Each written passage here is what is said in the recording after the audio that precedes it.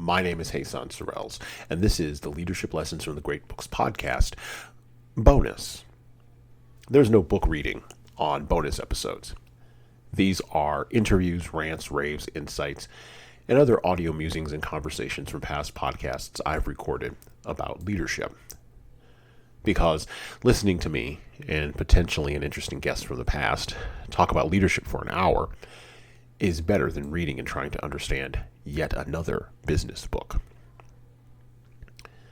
There are myths that drive us, myths from the past that create stories that we still tell to our children. There are myths that we tell to other adults, huddled together around the flickering glow of the movie screen or the smartphone screen these days, that drive us to tell even more stories. There are myths that we tell each other to drive each other to greatness, to warn each other of dangers, and of course, the perennial myths we tell to keep each other in line. Our guest on the podcast from 2013 wrote an entire book about those last types of myths, the ones that we tell each other to keep each other in line. The myths that leaders tell their followers and that constituents tell other constituents to drive them to produce more and to do better. Myths also trap organizations and leaders in false modes of thinking and doing and gain repetitive power over time, becoming something more than just the myth in the long run. There are myths around creativity, there are myths around leadership, and there are myths around progress, and these all come together and they all intersect with what our guest is going to be talking about on the podcast today. Now, when I think of myths, I always think of Westerns, and of course, one of the best old Westerns is from, the 1950s, The Man Who Shot Liberty Valance. In the film once lauded by Woody Allen as one of the greatest films in American cinematic history, law-abiding Ransom Stoddard, played by Jimmy Stewart, goes out to shoot the bad man, Liberty Valance, played by the perennial bad man, Lee Marvin, in a duel that can only occur when law and order and the myth of law and order fail in the face of practical evil. Except, Ransom can't shoot worth a damn, and he doesn't take out Liberty Valance. And at the climactic moment of truth, Tom Donovan, played by John Wayne, shoots Liberty from the shadows, thus ending his reign of evil terror over the town and ensuring the rise of civilization, law, and of course order. Now, this is a great film, but what's the point of bringing it up when we think about myths? Well, the titular line at the end of the movie from the mouth of a newspaper editor has come down, at least it came down beforehand, in American cultural history. And the line is this, quote, "This is the West, sir. When the legend becomes fact, you print the legend." How many legends of creativity have you printed in your organization as a leader? Be it a church, a workplace, a nonprofit, a school, long after the facts of how creativity happens have been misremembered. What shifts a creativity story down the line to creativity legend, all the way to a creativity myth, is the old schoolyard game, Whisper Down the Lane, or at least a variation of it. When the story of creativity, which is personal and meaningful, becomes calcified into legend, which is impersonal and very often dogmatic, no amount of training or development from someone like myself is going to change the creativity culture.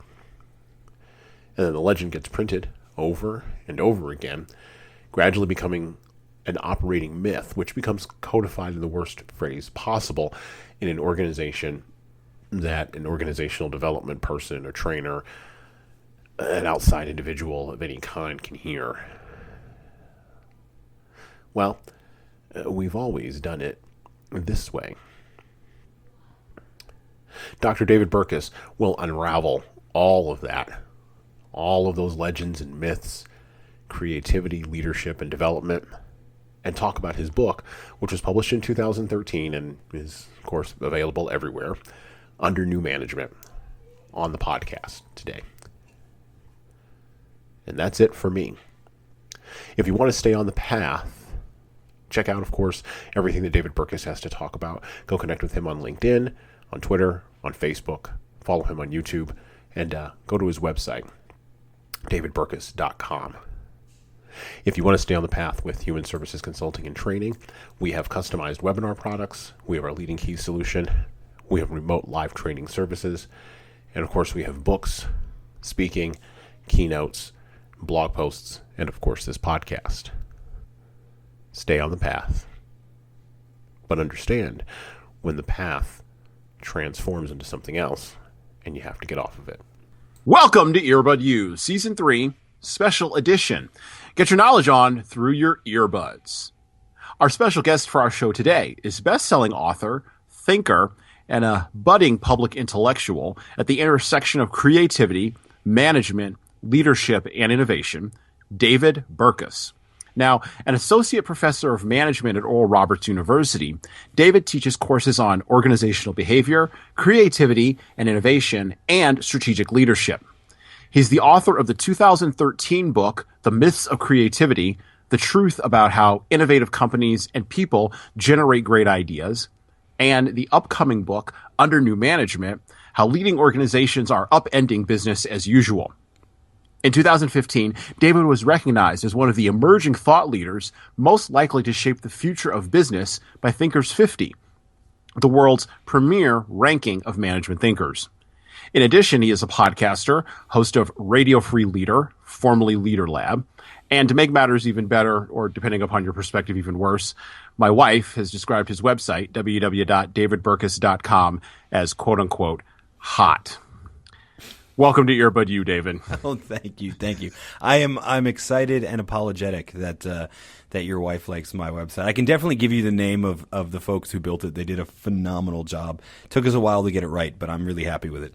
Great. Well, it looks spectacular, and I can't really disagree with her. So Awesome. I can't really disagree with that. It's good analysis. You got to acknowledge good analysis. So I gave you a broad introduction there, and there's a lot more things that you do inside of the whole David Burkus brand. But for our listeners, why don't you explain to us exactly what is it that you do? So that would require a very concise way of knowing exactly what it is I do. True story, actually. My wife and I were just having this conversation because I was off on sort of a leg of doing a couple different talks, and she didn't know what to tell people like I did, right? Because, every time she says speaker, people think Tony Robbins. Not what I do. I like to think that in everything that I do, which I have a lot of different balls in the air that I'm juggling at any given time, but in everything that I do, I'm trying to bridge the gap between research and practice. I'm trying to, what I sometimes call, facilitate the transfer of good ideas. I think there's a lot of evidence-based, there's a lot of empirical research on how we as managers and leaders should be leading organizations, whether that's towards greater innovation or whether that's just towards treating our people better. There's a lot of evidence that I think most managers and leaders aren't equipped with because they don't speak academic. And so I'm the recovering academic that is trying to translate all of that into practical and applicable information. Awesome. A recovering academic. That's interesting. Yeah, I've been playing around with that title recently. Unfortunately, the .com was taken, but I'm going to try and coin it, the recovering academic. I think you could probably trademark that. That might be a good trademark there. But, okay, well, as a recovering academic, you talked about, what I think of, maybe you talked about, but what I think of is that disconnect between how managers and leaders should act and then what is actually rewarded. I think of the Jeffrey Pfeffer book called Leadership BS, which talks about sort of what's actually rewarded versus what we say we want or what's actually trained on with leadership training. You found a space in there talking about the role of myths. So why don't you flesh that out a little bit for us? Yeah. So, my first book, Myths of Creativity, it came from, I had no intention of writing a creativity book.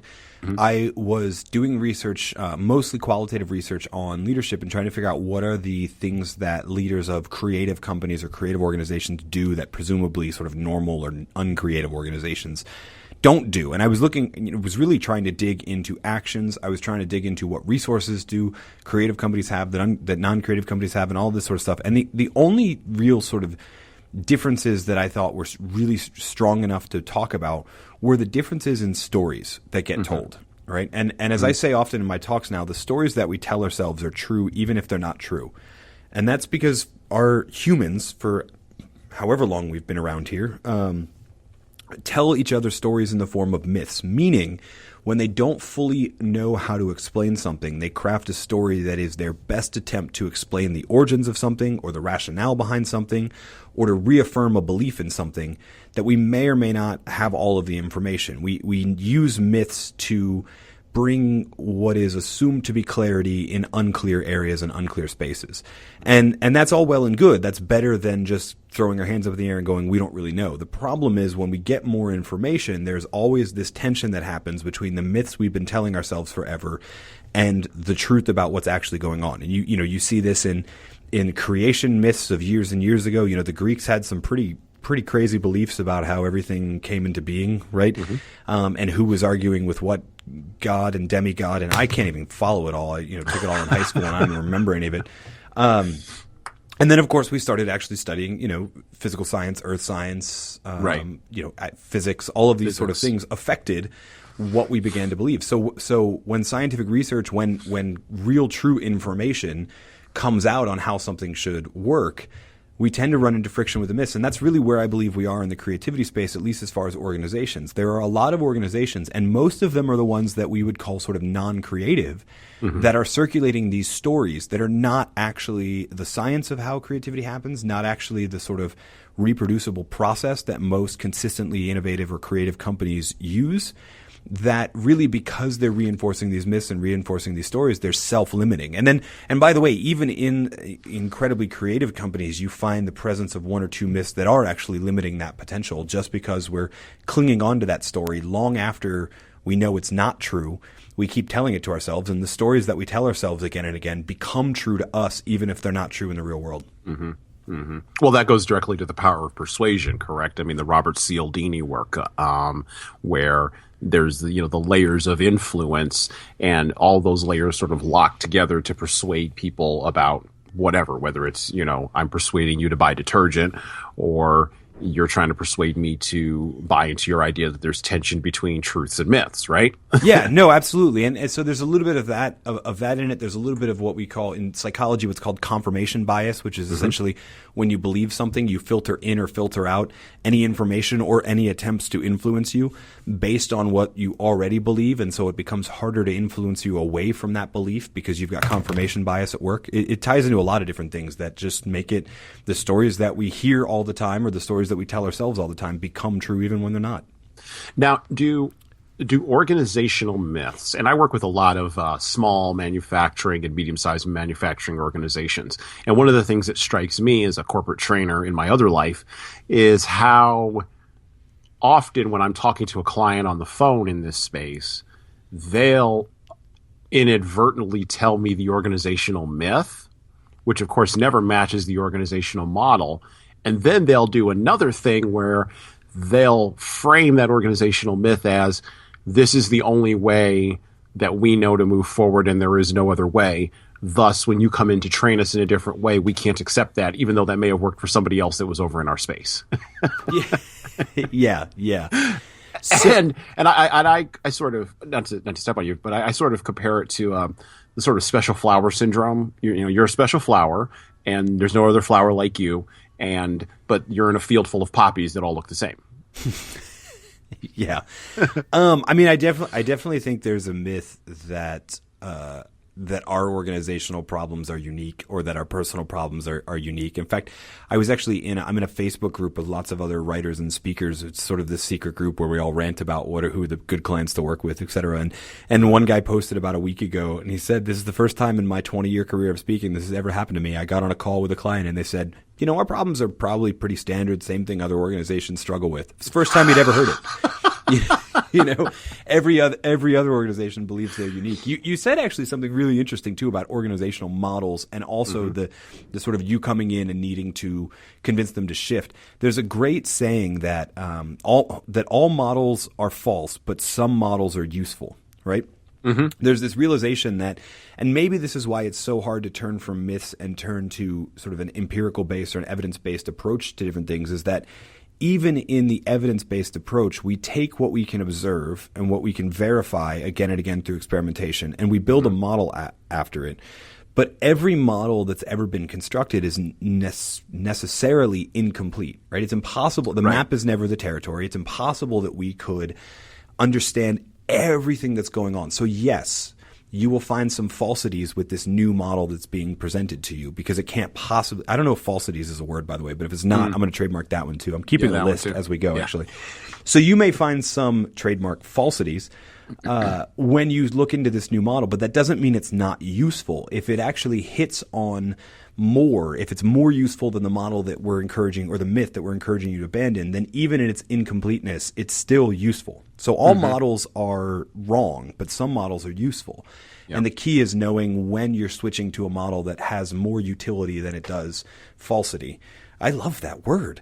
I'm going to have to write a book called Falsity. I don't know. So the key is to know when you're moving to that. And so almost every time you replace a myth with a model, it's necessarily better. The challenge is, I think, is really when it comes time to go from a new model that we've been using forever to the next model.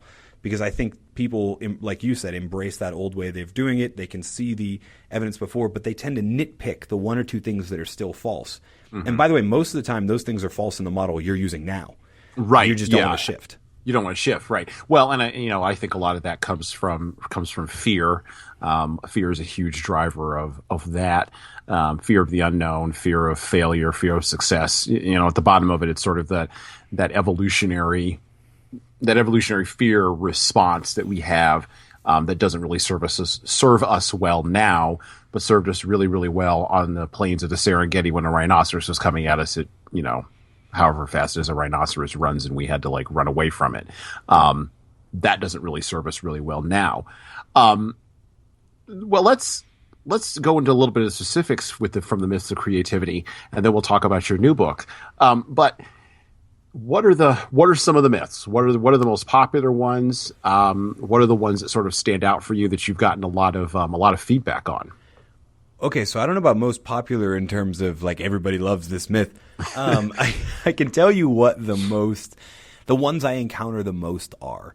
Okay. And the first would be, I think so. I opened the book with two different myths, one called the Eureka myth and one called the Breed myth, and they share the same root cause, and that root cause is extremely popular or extremely present, I should say. Popular, makes it sound like it's a good thing. It's extremely present, and it actually ties into exactly what you just said. So the Eureka myth is this faulty belief that ideas come from somewhere outside ourselves. I mean, we'll even say sometimes, "Oh, and it just came to me," or we'll say, "I felt inspired," which is actually from the root Greek meaning to be breathed upon. Like you still believe that there are muses that come and give you these divine gifts of insights. And the Breed myth is very similar. The Breed myth is this faulty idea that there is a certain personality type, a certain genetic code, or even a gene for creativity. And we've been able to find none of that in the science. And both of them, I believe, stem from a desire to either, if we do see ourselves as extremely creative, to see some sort of elect special reason for why we are, right? So that separates us out from the muggles, the non-creative people, right? Right. More commonly, though, I think the people who don't exercise their creativity regularly and look to people who are consistently productively creative, we believe in either the Eureka or the Breed myth or both under this desire to let ourselves off the hook.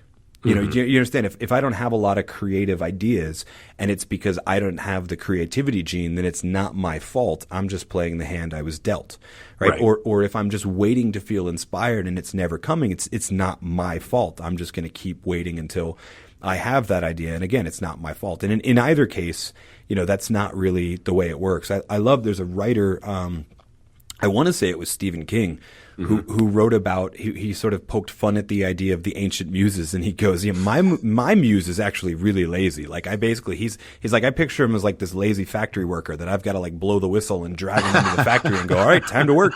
And then as soon as the shift is over, he's just, boom, he's back to being lazy, right? Which is a joke. I mean, essentially what he's saying is that there's another painter who always says inspiration is for amateurs, professionals just show up and work. And that's the idea, is that there's this process that you can tap into. The more you tap into it, the better that you get. And in both cases, because there is this process, you're not off the hook. It's, inspiration it comes in coveralls and looks a lot like work. Yeah, there you go. Okay, work. Let's talk about the work. Again, this is something that I've sort of wandered close to, and I wander more and more towards it in my own writing. and in my own corporate training work, and even with other guests that I've been talking with here on the podcast. But this idea that the work is the thing. Why do we have such a struggle with connecting work to creativity?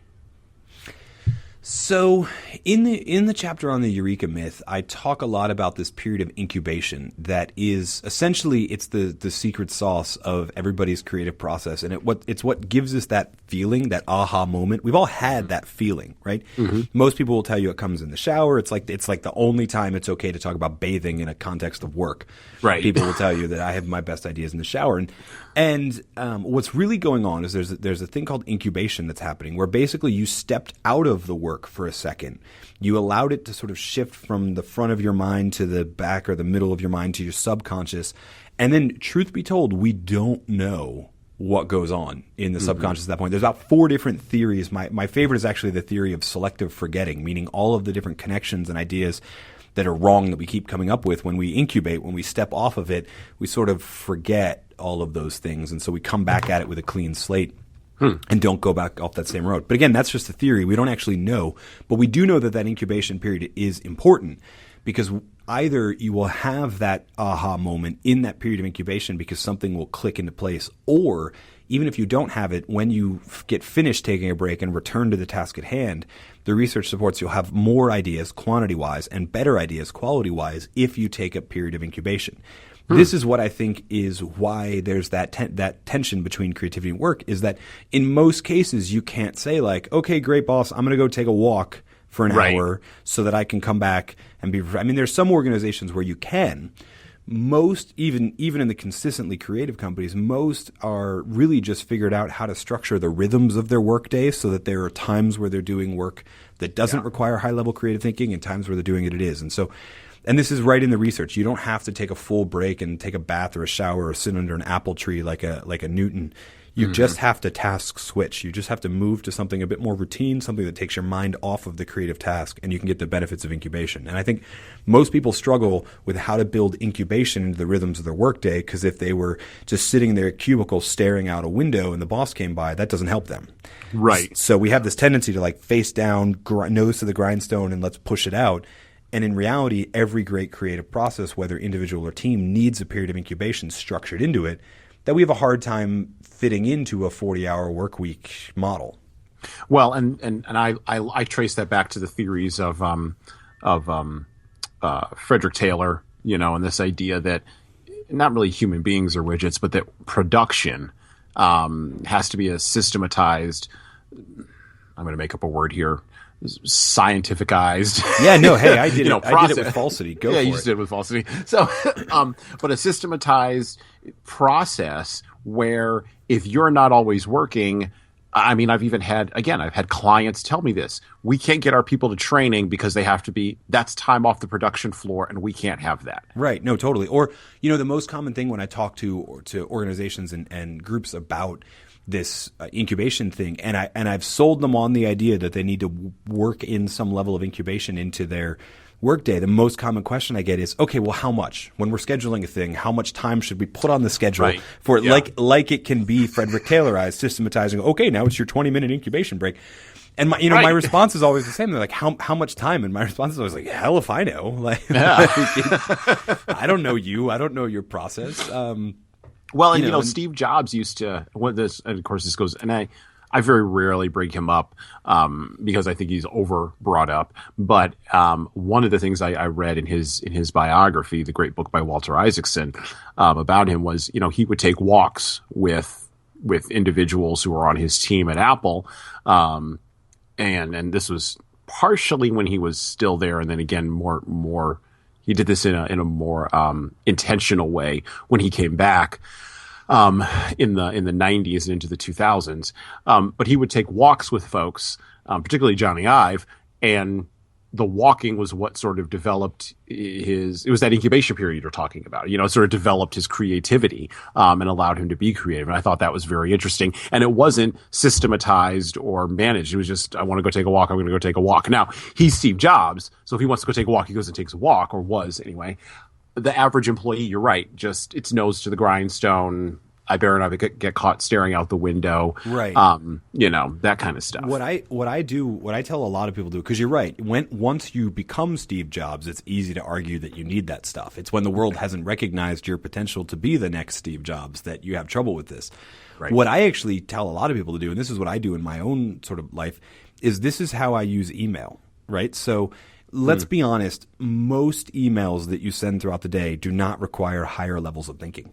Right? They don't require you to think creatively. They just require you to go, yes, Wednesday at 3:30 sounds great, or please find attached document you requested, right? All of those different emails. So I've turned off notifications and turned off push so I don't ever get email unless I ask for email.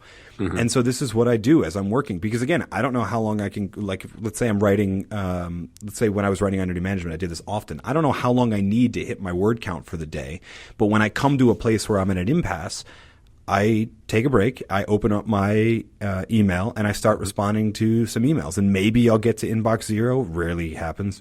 And maybe I won't. But whenever I sort of feel like, okay, that was a good enough break, then I go back to it. And what that actually allows me to do is stay productive in the ways that we sort of measure productivity, right? Mm-hmm. You still look active to your boss, who might be checking the times that you send and receive emails or whatever.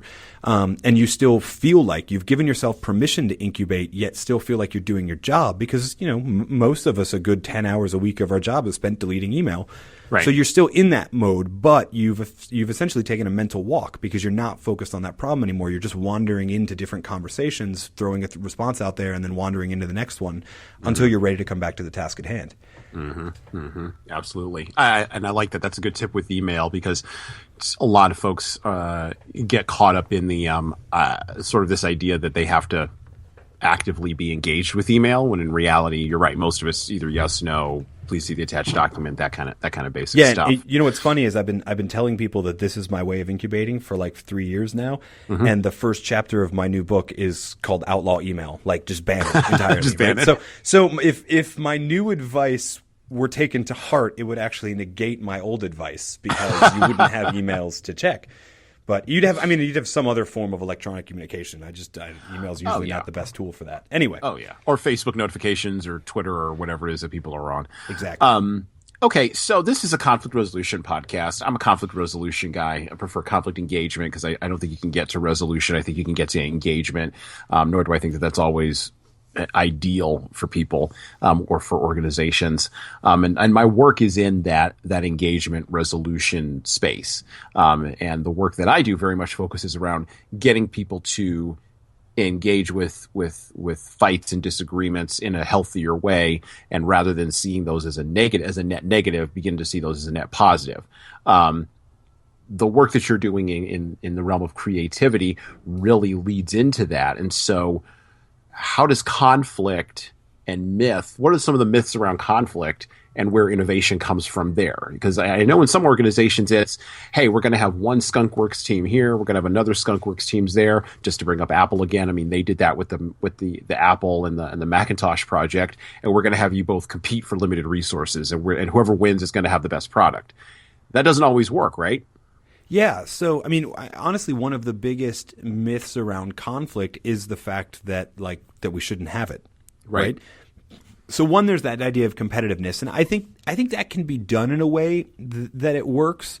But there was, even if you look at the Walter Isaacson bio, there were huge ramifications for the fact that Steve joined the Macintosh team, and that they basically crushed the Lisa team, which ironically was the computer named after his daughter. So that, I don't even know how many counseling sessions that triggered.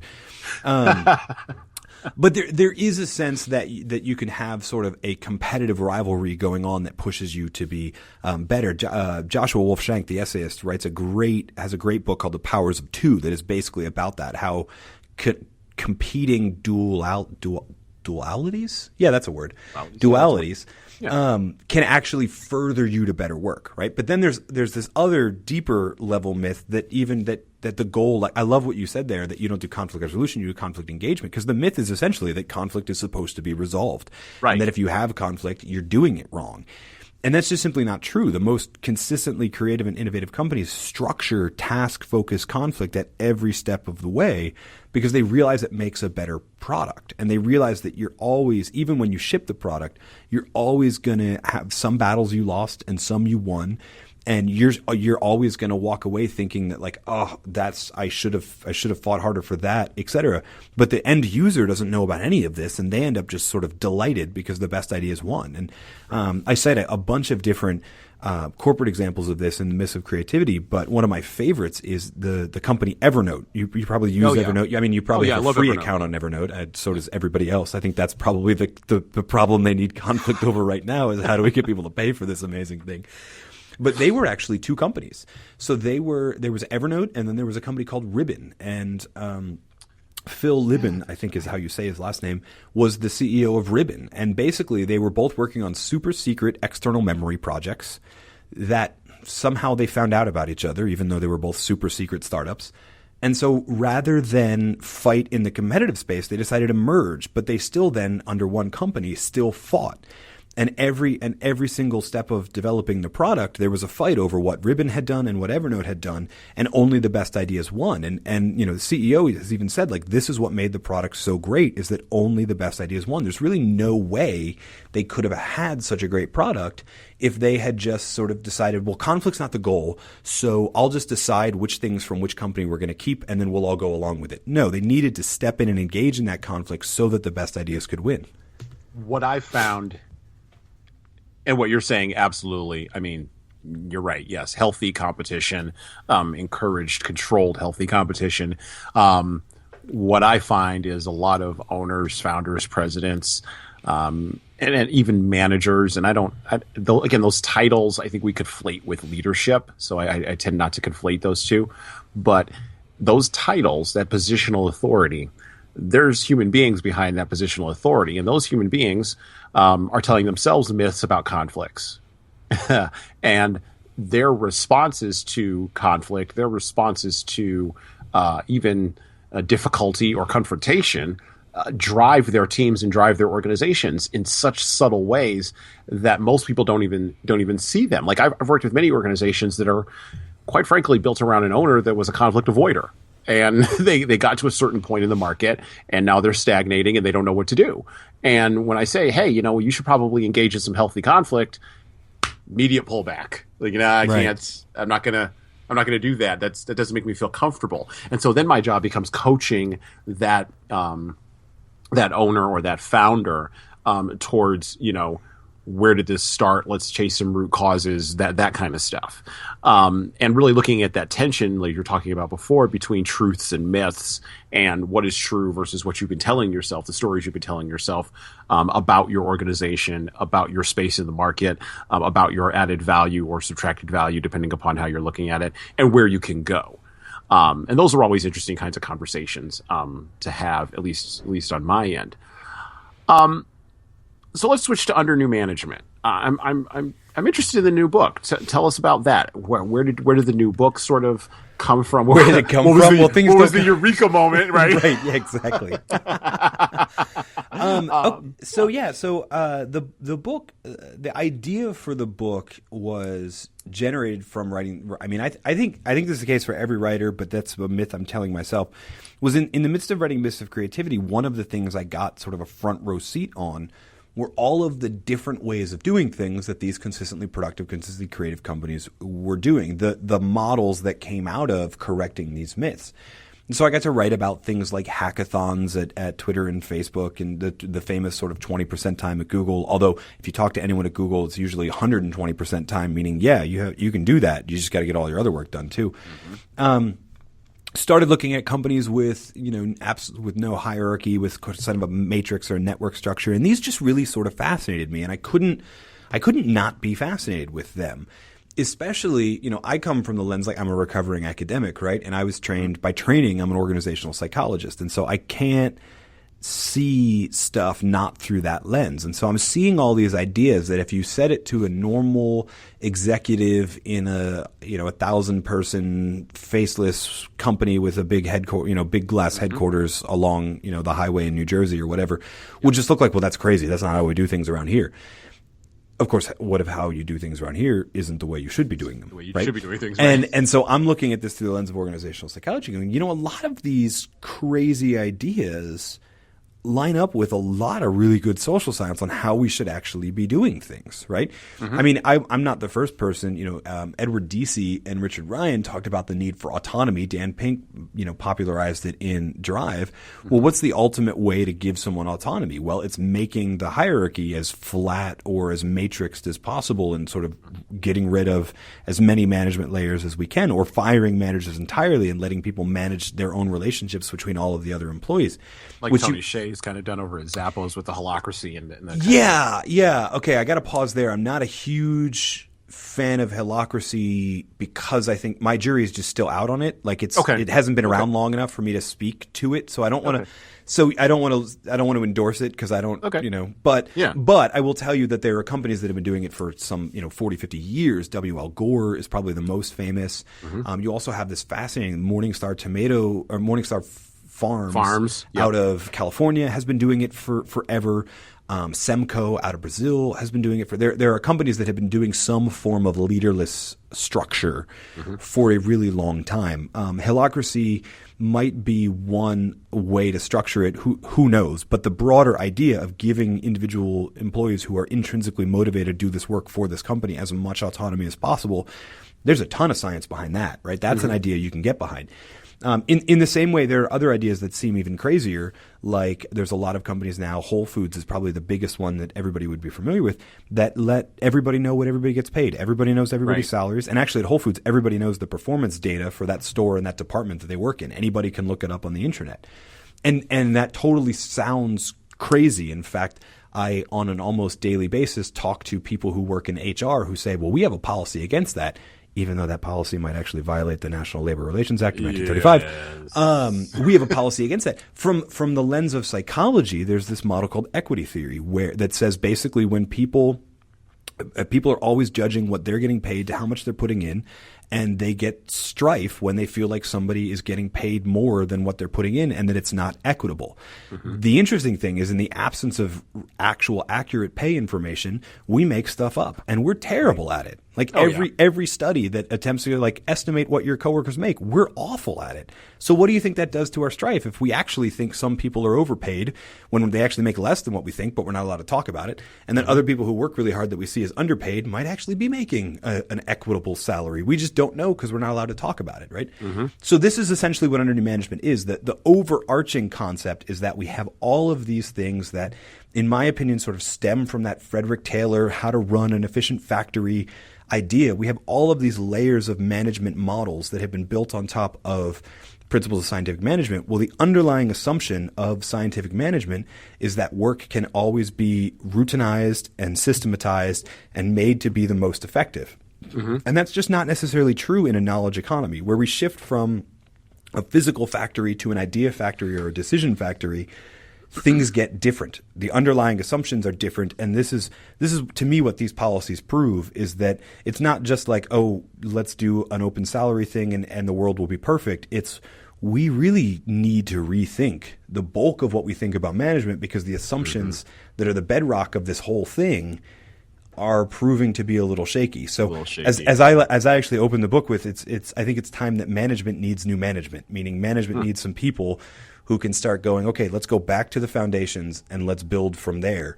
And I think that's what these companies are doing. They're all running their own individual experiments, but collectively, if we keep track of what's going on this, I think we're going to get at a better overarching model about how to lead or how to manage in a knowledge economy.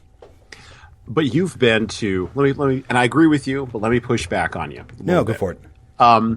You've been to the fancy dinner dress parties where you're in one room, or maybe you haven't. Maybe you don't go to these kinds of parties. I've been to these kind of parties where, you're in one room and the only topic of conversation in that room is who's doing what in that other room. Like, is that other room better than the room that we're in right now? Or when you were in school, when I was in school, class rank, who had the most expensive car, who lived in the better neighborhood, who could get to a certain place faster. there was the company in Seattle that, raised their lowest wage tier to, what was it, $70,000? I'm sure you heard about this. Oh yeah. And two people, who got paid more than most of the other workers actually quit because they felt that the people who weren't as productive, were getting paid more and it wasn't fair, and that they weren't being rewarded for, you talk about equity theory. They weren't being rewarded in an equitable way, what they felt was equitable. So they were like, okay, I'm out. And they quit a good job that they liked because other people, got more money. We have an entire culture of getting ahead in this country, right?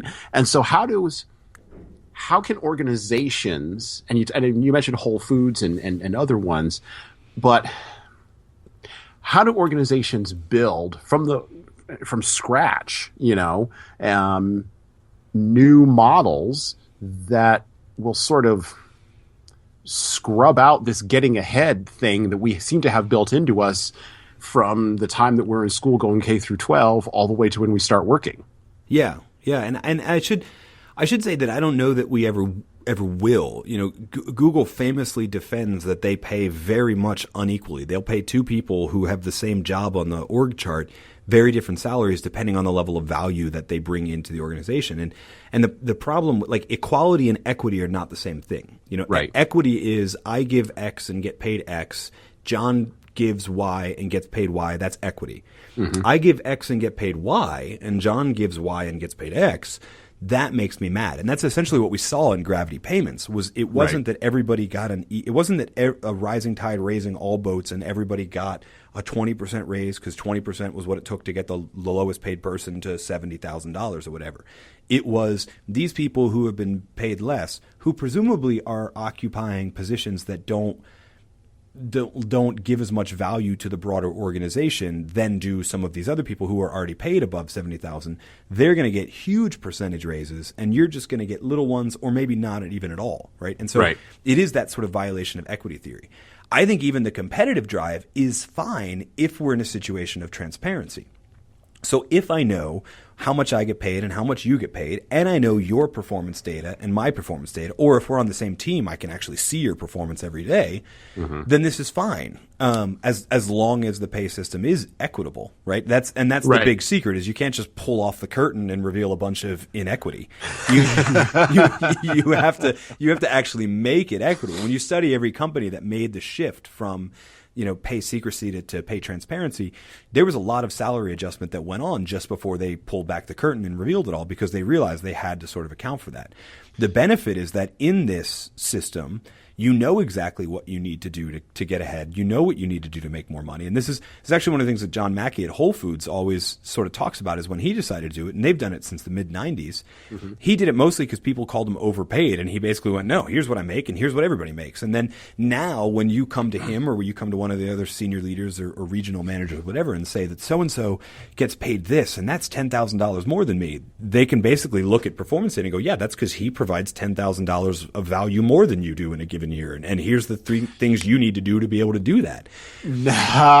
Okay, but see value. Okay, not. No, and so yes, there's a huge assumption here that our performance metrics and whatever you're using to do annual reviews, and I'm actually not a fan of annual reviews, but that's a different monologue altogether.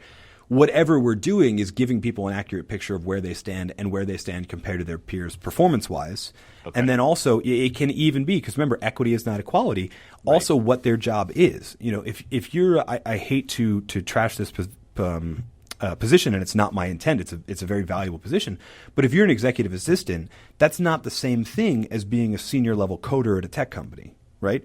It's assumed that one of them provides a bit more value to the company, one of them requires a bit more training, et cetera.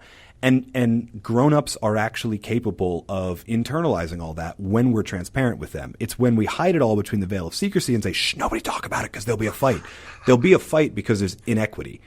If there were transparency and equity, there might be a week or so of people being like, oh, I'm going to look this up on the internet. So-and-so makes that. And then in almost every corporate example, it goes back to sort of normal. And there's not a problem until somebody starts to slack off. And then, interestingly enough, that problem is self-correcting. Right. The employees end up policing each other. Right. Or they make Or- a case why they should get paid more money, and they have the data to make that case. Correct. And if they don't have the data to make that case and they're making a faulty argument, then we can have that conversation. But that's a conversation we can't even have in a secrecy approach. Correct. Well, and I would love to go further down this road, because there's, the ongoing argument in this country about, and you see it everywhere, the 99% versus the 1%. How do you determine what is valuable? Why do corporate CEOs get paid outsized salaries? And it's not even salaries. It's mostly benefits and stock options. But why do they get paid this much versus the janitor that much? And I think that I know from what you've been telling me about your book, that this sort of leads into those more rabbit hole considerations that are probably a little bit beyond the scope of this podcast, but are definitely very interesting to me, and I know will be interesting to the listeners who will potentially be readers of the book. So you got equity theory, you've got intrinsic motivation, you were looking at hackathons and 120% time, and holacracy without calling it holacracy. What else were you looking at under new management, and what are some conclusions that you came to? Yeah, so I should tell you one of the other fascinating things I learned is I wanted to dig into that unlimited vacation time policy at Netflix and other places that everybody talks about, and that's another huge one like salary that we could go down all these different rabbit holes over people take more vacation, they take less vacation, blah, blah, blah. One of the most interesting things I found is that in most of the companies where this happens, it's actually not about the number of vacation days. It's about trust. It's about the fact that an unlimited vacation policy says, we trust you to know how much of a break you need. We trust you to keep track of when you're working and when you're not working. When we don't ask you to write down your hours when you do work. So why are we treating you like an 8th grader on vacation days? Why don't we just trust you to act in our best interest? And the 2 or 3 people who might not, we'll invite them to be successful elsewhere. But everybody else, if you can work like an adult, we'll treat you like an adult. And it's amazing how that act of trust creates reciprocal trust. And there's a bunch of really interesting research actually from Paul Zak on trust and on reciprocal trust that I dig into. And I think that's what unlimited vacation policies do. And that's actually why at Netflix, probably the most famous unlimited vacation policy, you see basically the next thing that happened was they switched and made their expense reporting policy act in Netflix's best interest. 5 words long, then skip to the next policy. Meaning, when you have to go on a business trip, expense what you need to expense. We trust you to act in our best interest. If you don't, we've got a problem and we'll deal with that on a case by case basis. But most of you, we trust that you'll do that, and they respond in kind. And to me, I think that speaks to the broader lesson, which is yes, every one of the policies in this book sound crazy. Every one of the leadership practices in the book are incredibly counterintuitive, but they're what's right for that organization and that culture at that time. And that's really the lesson. Is that for 100 years, starting with scientific management, starting with a couple other people who were leaders in industrial management theory, we have designed a whole organization around the manufacture of a product. We've been product centric, right? Yep. And that's what Frederick Taylor did to make sure that we could get the right product efficiently. That's what the org chart does. It basically says we have to create and sell this product. So here's the positions that we need. We're sort of done with that era. And we need to be in an era where we're actually building the organization around people. If we're really in a knowledge work economy, if our people are our greatest asset, which is a term I hate, I prefer our people are our greatest source of competitive advantage. But if the value that they bring is between their 2 ears and they take it with them at the end of the shift, right, then we need to build a model of how to lead them that focuses on them first, because they're the means of production, they're the product, it's all there. So it's not that these are sort of crazy. Yeah, they're crazy compared to Frederick Taylor's, factory work. But when we're in a decision factory, an idea factory, we need to shift from building around an organizational model from around a product to around people and the people who work in that organization. Well, and even that thinking, because my next question was going to be, why does management have trust issues? But you answered it. You answered it right there, because management has come up in this product-centric mode rather than a people-centric mode, which the product-centric mode is just another myth. Added another chapter to your book, the previous book there. There you go. But, it's just another myth, right? It's just another story they've been telling themselves. And so it goes back to what you were covering in your first book as well. So I see these 2 books as really linking and tying in. And I'm sure you got a 3rd book coming in you somewhere. That's coming out. Another eureka moment that you'll have. No, I mean it's true that actually I think that when you, at least I found this to be true, and most of the other nonfiction writers that I talk to find this to be true, is that you said the term rabbit trail or rabbit hole earlier. Mm-hmm. When you're writing a book, there's always stuff that like pops up that you're like, huh, that seems really interesting. I don't have the space to talk about it here. And that usually becomes the next book, just like in this case. And so there's a rabbit hole I've been staring down for a little bit right now. I'm not at the point where I want to talk about it. Sure. But yeah, it's there. And again, it's this idea that I think we've been using myths and not very empirical models to guide most of how we work through our life. And fortunately, there's 50 to 100 years of social science that can help us figure out how to be a human and act well around other humans. Right. And we need to do more of using that because it's there. My wife is a physician, so maybe this is where that rant comes from, is that, physicians are trained now in evidence-based management. We don't still bloodlet people and give them leeches or whatever, right? We run experiments, we figure out what works, and we use that to inform our practice of medicine. Well, the practice of management ought to be the same way. It ought to be evidence-based. When I go into organizations, I talk a lot about, and it's kind of, I'm leaning into where you're going, and I'll definitely be buying your book and probably using it and facilitating it and pulling the information from it in the conflict engagement workshops that I run and the leadership workshops that I run and those kinds of skill sets workshops that I run, because I think there's some real core stuff here that could really be distilled down for folks.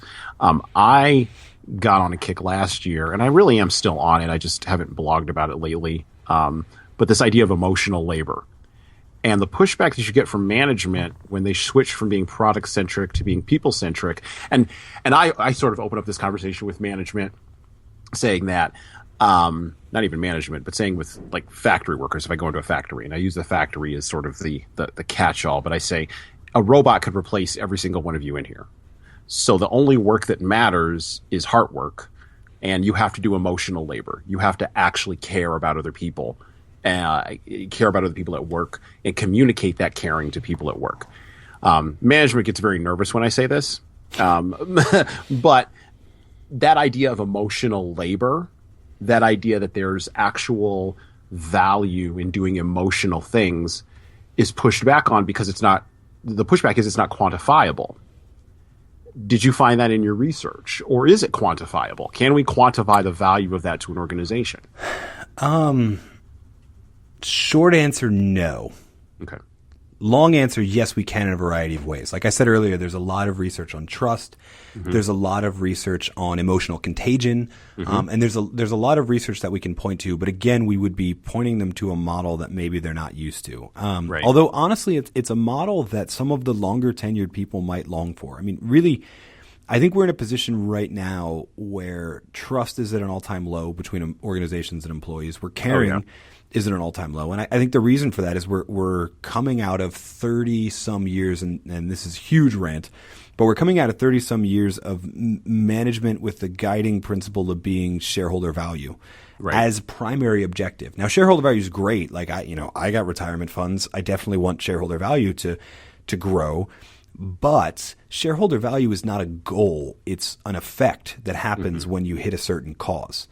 And what that cause is creating customers who are delighted. And okay, how do you create that? Well, you create employees who are delighted, right? This is a model that's been around as long as the shareholder value as primary objective model. It's called the service profit chain. The idea that the number one predictor of customer satisfaction is employee satisfaction, is employees' emotions, their level of engagement, all of those sort of things. And so we can point to that and say that yes, all of these things matter for that reason.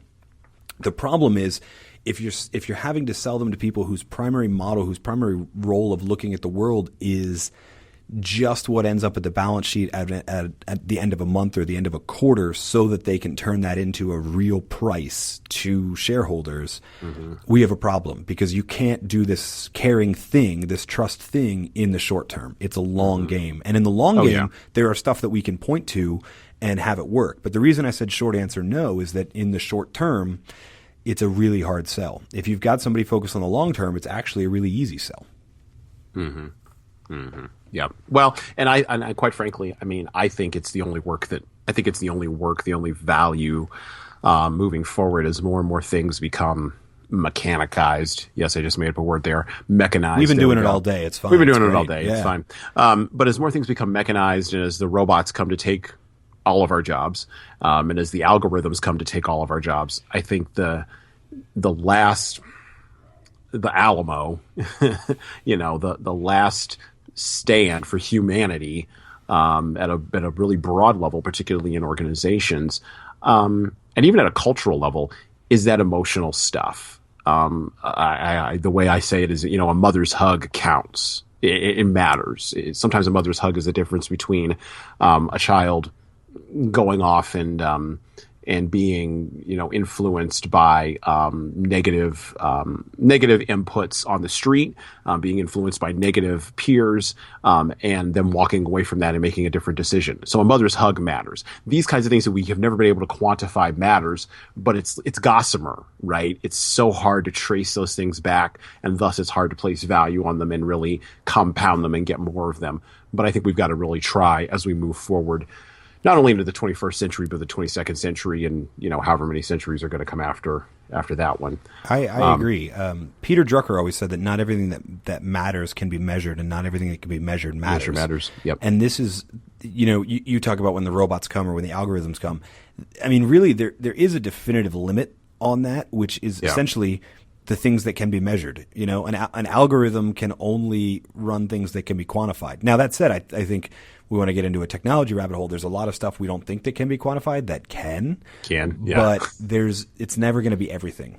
Right. It's not going to be absolutely everything. And so there's always going to be a role for that. And the good news, I'm an optimist about this actually, is that humans, I believe, have an intrinsic desire to work, to make a contribution to the people around them, to the society, et cetera, that looks like what we would call work. Yes. And so when they're sort of freed up to do that, because the robots and the algorithms are doing all of the monotonous stuff that we used to have to steal their dreams for 40 hours a week and go, no, you need to make that car. Now that they sort of don't have to do that, I think there's going to be this kind of explosion of people doing the work that they're intrinsically motivated to do. When that happens, my hope, and this is the reason for me for writing Under New Management, my hope is that we've figured out how to coordinate and organize those people, because the greatest invention in mankind is the organization, remains the organization. The idea of tapping into 2 or 3 people to get something done instead of relying on each individual to only be working on something. That was the greatest thing we've ever discovered as a society, is how to coordinate labor. And as we shift from that, we need a different rule book. We need a different management guide. And I think, ultimately, this is sort of a good thing. The rules that we have now, I talk about this at the end of the book. The system that we have now, the management that needs new management, is about as effective as the internal combustion engine. If you ever studied physics or thermodynamics, internal combustion engine is only about 30% effective. Only 30% of the energy and gas actually goes into forward motion. And interestingly enough, worldwide engagement rates fluctuate between 18 and 30%, depending on what country you look at or whether or not you look at the whole world. We've capped out at that with this system, right? And the challenge is to build a better system, to build a better engine. There are people out there literally in the work of automobiles, et cetera, who are trying to find more energy efficient, not miles per gallon energy efficient, but meaning the actual energy stored in a fuel efficient in terms of forward motion. And I think the people that I write about, the policies, the practices that I write about in this book and the research that's in this book are experiments in the mental engine. There's a different fuel now. And I think we need a better job of that. And maybe it's because I have kids. I've got 2 boys, or 3 and 1. And maybe I'm an optimist just because I have this realization that like 15 years from now, they're going to hit the workplace. Right. And I work to make it better when they hit that. I hope that we have figured out how to get that number to at least 50. I would love it to be higher, but at least 50% engagement so that they have a coin flip chance of finding work that is intrinsically meaningful and engaging to them, right? That's my goal now. And I think the only way that we do that is by questioning all of those assumptions and building stuff off of exactly what you talked about. Okay, not everything that matters can be measured, so maybe a system built off the idea that we measure and track everything isn't going to work moving forward. Right. Yep. Well, that's the last word. I'm going to ask you the final question, which I ask every single one of our guests, but I think we've done a great job of sort of getting to this last question. So what would you like to promote today, if anything? Well, besides the awesome words that we invented today, I would love to see some of those take off. But really, so under New Management, and we were even recording this before it came out, but Under New Management is the book. And as I said, I have a very selfish parental reason for wanting the ideas in this book to take off. We've got 15 years to really change the world of work before my older son hits the workplace, right? So I would love for people to check out a copy of that book. If you want to find out more about it, or about me, or about the podcast, or anything else, it's davidburkus.com. If you type that in, even if you type it in wrong, it'll probably autocorrect because I've got a very unique name. Mm-hmm. So if you type that into Mr. Google, you will find me. You'll find out more about the book. But I hope you check it out for that reason. Maybe for that grass is greener comparison reason you talked about before, like you just want to know what it's like to work at one of these companies. Yep. But hopefully because you either have the power to make some of these changes, or you know the people who need to read a copy of the book and start making those changes in your organizations. So, clock is ticking. We got 15 years. Great. You know what? And I look forward to seeing where we wind up in 15 years, and look forward to following you on the journey. We'll circle back here. It'll be like season 18, but we'll circle back right here on Earbud U. Exactly. And we'll have the links to Under New Management. We'll also have the links to Myths of Creativity, which I'm sure you'll be able to find both of those on Amazon, but we'll have those links along with the link to davidburkus.com and his Radio Free Leader podcast in the player below the doodly doot, as we do every single episode. Once again, thank you, David, for coming on the Earbud U podcast. I really appreciate it. Oh, thank you so much for having me.